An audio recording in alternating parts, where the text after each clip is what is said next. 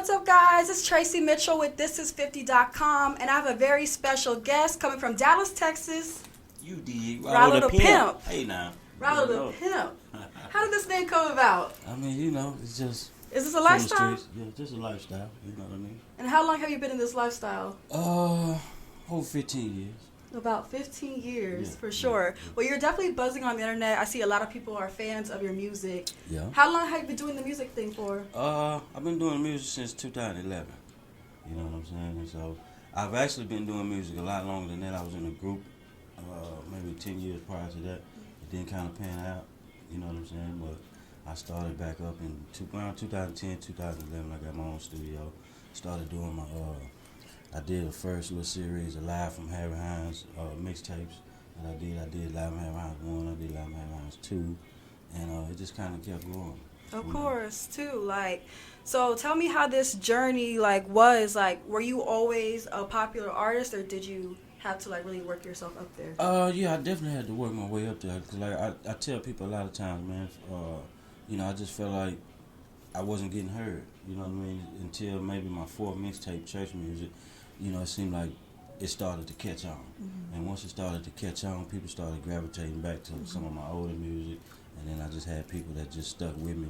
And every project that I dropped, it seemed like my fan base just got a little bigger, a little bigger, a little bigger. So I just try to travel and, take it to the next level. Do you have a name for your fan base? Do you call them, the pimps? What you call them? I call it the game. The game? Yeah, Why the game? Because everybody that's in the game that's associated, you know what I mean? Whether it's pimping, hoeing, some people are just infatuated by the whole lifestyle itself. Mm-hmm. You know what I'm saying? So everybody that's a part of the game, they definitely know about some Ralo the Pimp. You make pimping and hoeing sound like it's fun. Can you tell me your feelings and your thoughts behind this? Because when you're I wouldn't want somebody to call me a hoe. So, Right. I understand that. You know what I'm saying? But in this lifestyle, it's kind of like you held to a different statue on that level. You know what I'm saying? And it's fun. It has its ups and downs, of course, just like anything. You know what I'm saying? But I just try to bring the music side to it. It's just like the drug game. It's ups and downs in that too. Give us some. To rap about that as well. So I'm just representing the pimp hop side of it. You gotta give us some of your tips, how to stay player, because I feel like everybody wants to be player these days. They're tripping over relationships, they're tripping over every little thing. Yeah. So how you gonna keep playing? Just stay out of sucker shit. You know what I'm saying? And try to keep your feelings out of it. You know what I'm saying? That's the hardest Yeah. My thing is these, they Sachi shades, but I also call them sucker duckers. You know what I'm saying? Because when I put these on, I can duck them suckers and stay out away from them squares. You know what I'm saying? And so if you can do that, you keep them squares out your circle. You know what I mean? You can definitely stay player. Tracy needs to get her some sucker shades, clearly. So let's talk about your move to Dallas. It's been a while since you've been there. Mm-hmm. Since you moved there, how has that city made you who you are today? Because, a lot of my fan base, my original fan base is from Dallas. I started there. You know what I mean? It's a street called Harry Hines that's very popular. You know what I'm saying? In D-Town, and that's where we hang at. And that's kind of where the game, that's like my fan base, that's kind of like my, I would say my street team. And I would go there and I would put the music on them first. And they going to let you know if that shit deserves to be heard from the streets, meaning they going to throw your CD out the window. So you have a street team of people that tell you or help your process? Yeah, not official street team, but like I said, it's just my partners, my people that's in the game with me.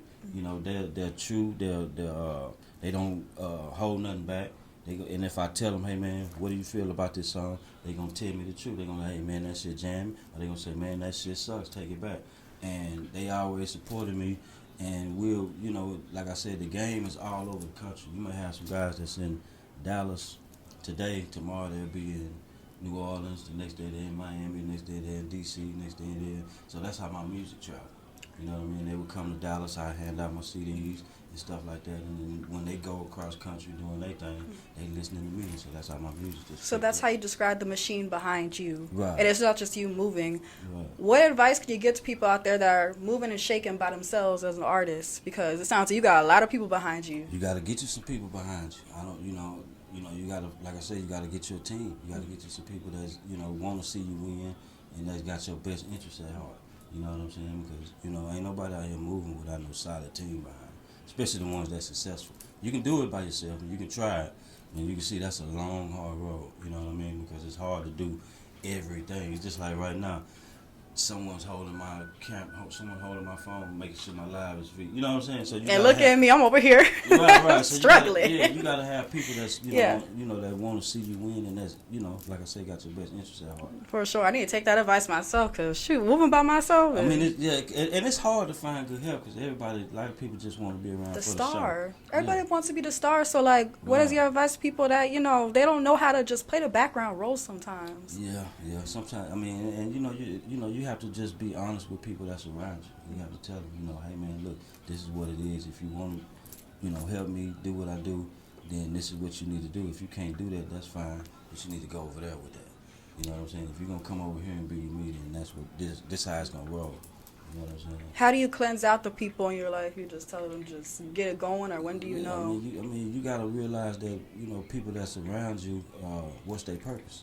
And once you feel like if their purpose is not there to, if it's not positive for you, then you got to get that away from you. Of course. You know what I mean? You got to kind of shed them folks around you like a snake shed its skin.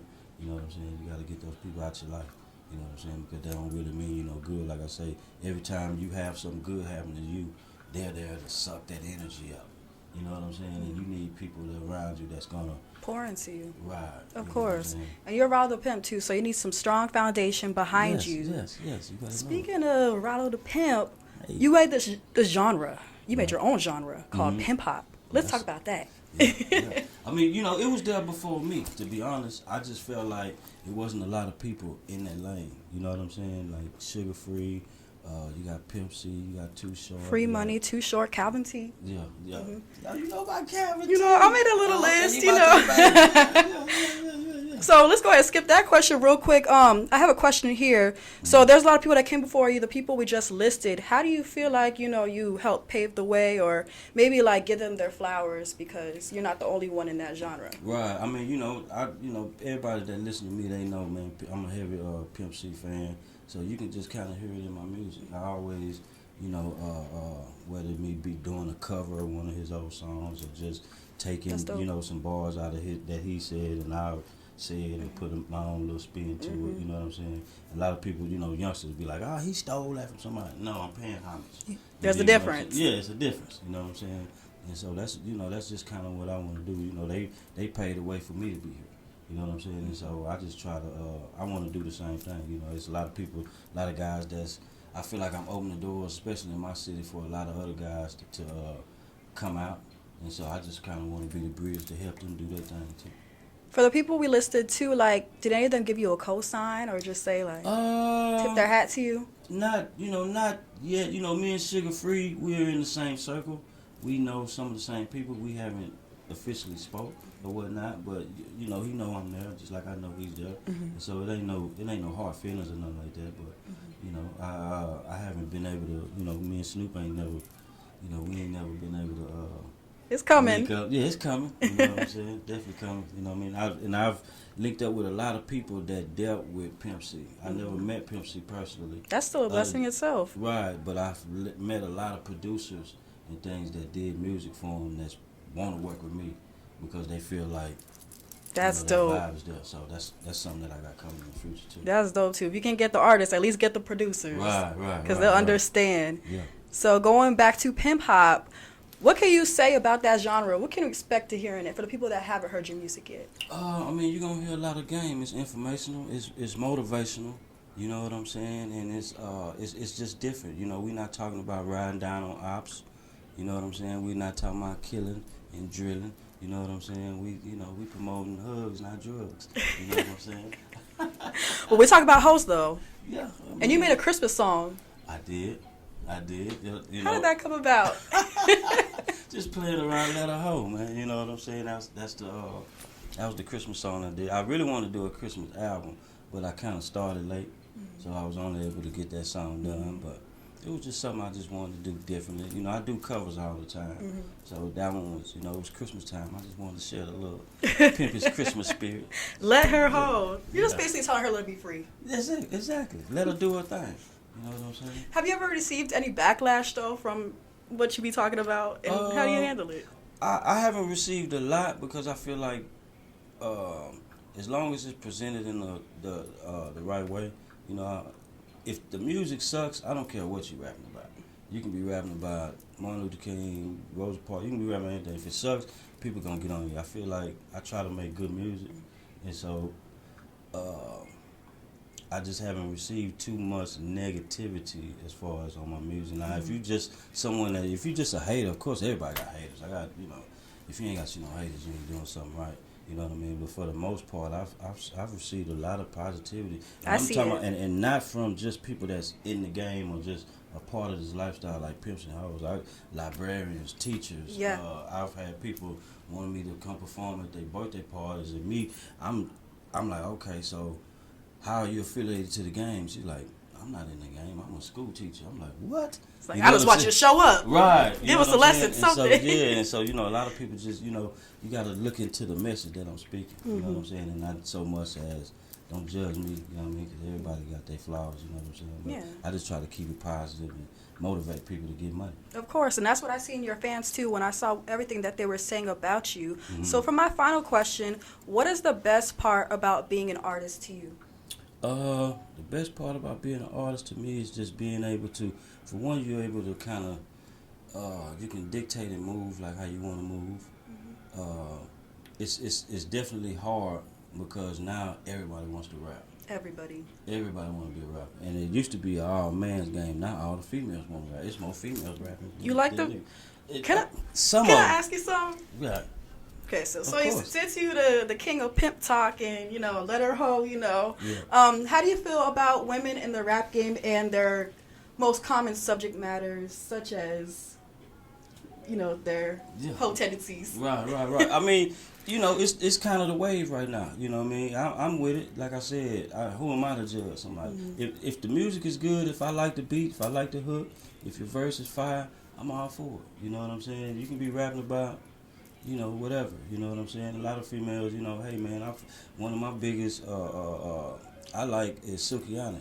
And you know, Suki, She be talking that whole shit. She talking that whole shit, man. But I like Suki because she don't give a fuck. Right. She's in her own lane. She's found a lane that works for her, and she's working it. And she's working it, and she's fun, and, you know, although she's talking about the things she's talking about, like, people still, like, love and respect her. Exactly, because like I said, I think it's just, you know, it's the energy that you give off, and I think the energy that you give off is positive, so that's what she get back. Of course. And so I try to do the same thing, even though the subject matter is kind of risque, what they may say. You know what I'm saying? I just try to keep it positive, and, you know, I always get that love back. That's dope, Ralo the Pimp. You also have some films too. Let me not be rude and leave that out. Go ahead and tell us a little bit about Well, that. I got some, you know, I got a couple films in the making. I did one this summer called Game Related. We still waiting on that to be released. It's supposed to be released on Tubi, top of this year. And then I have my own movie that I've been working on, Highwayism, that I want to start production on sometime this summer. What inspired that? It's Highwayism is a song that I did off one of my old albums, Endangered Species, and I did a video to it where I did the whole 70s thing, and the movie is kind of just an extension of that.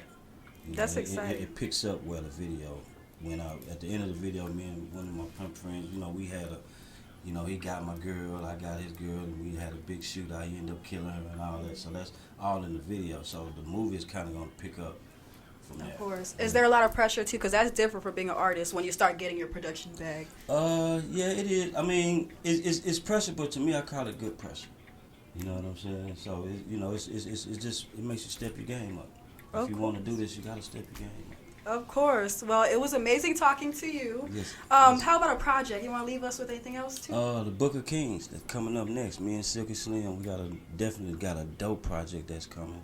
I want to say, I don't want to put a date on it, but it'll be here in the next couple months, end of February, March.